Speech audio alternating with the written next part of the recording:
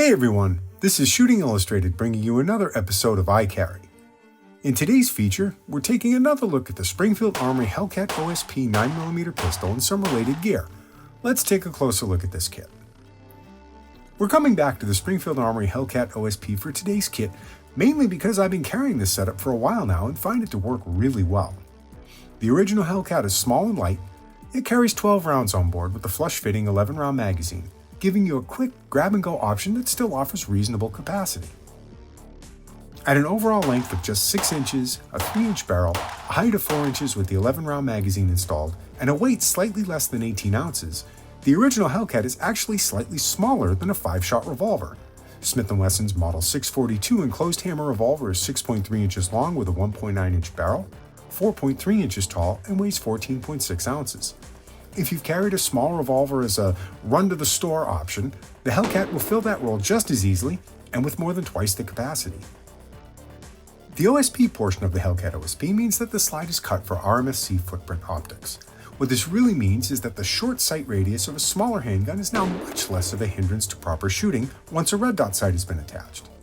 While shorter guns with smaller sight radii are not inherently less accurate than their longer-barreled siblings, they are more difficult to shoot precisely, as any movement of the pistol is amplified in that shorter distance between the sights.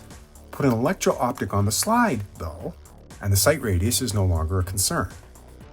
The appeal of pistols like the Hellcat OSP is that they can double as both a grab-and-go gun that you can put on quickly and conceal easily, as well as a pistol suitable for everyday carry.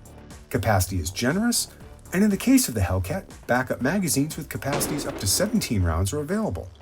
They're a bit snappy to shoot, so using either the extended floor plate 11-round magazine or one of the extended magazines with the sleeve will definitely help on the range. Overall, it's a small gun that's easy to conceal yet not terribly hard to shoot. That's a great option to have. In keeping with the grab-and-go yet still useful everyday theme, we've opted for the excellent Apollo holster from Dark Star Gear. This sturdy holster is completely ambidextrous, comes with 2 polymer tuckable belt clips, has adjustable ride height, and is compatible with Filster's Enigma deep concealment system. Did I mention that it costs less than $50? Don't write it off as a budget holster though. The Apollo is well made, comfortable, and dependable. The discerning eye will notice that the holster is actually longer than it needs to be by a bit. There are a couple of reasons for this extra length. First, this holster is also compatible with the RDP version of the Hellcat with the threaded barrel and compensator. Secondly, and this is why we've chosen it for the standard Hellcat, the extra length means the holster has more real estate below the belt line.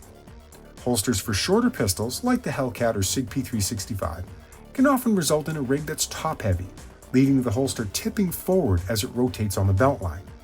With that extra kydex at the muzzle, it's more of an anchor to keep the holster in place, and I found that it helps with concealment quite a bit.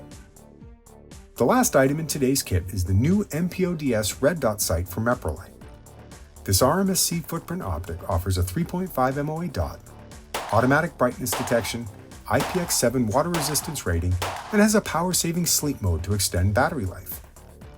Meprolight claims that the MPO-DS can run for up to 30,000 hours on a standard CR2032 battery located on the bottom of the unit. This does mean that changing the battery will necessitate removing the unit entirely, so be certain to check zero once reinstalled. Also, it might be preferable to torque the unit down and use witness marks on the screws rather than Loctite, as it will need to come off. The automatic brightness detection on the MPO-DS does an excellent job of regulating the power level. In bright sunshine, the dot is quite bright. In low light levels, it is much more subdued.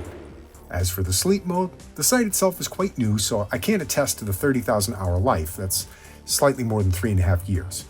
However, even if you wanted to change the battery yearly, CR2032s are widely available and not expensive. My local box store has them in bulk for less than $2 each. The MPO-DS does all this at an MSRP slightly more than $200 too. That's a crazy good deal. For more information on the items we've chosen for today's kit and for other guns and gear combinations, please visit shootingillustrated.com. And, as always, stay tuned for more episodes of iCarry.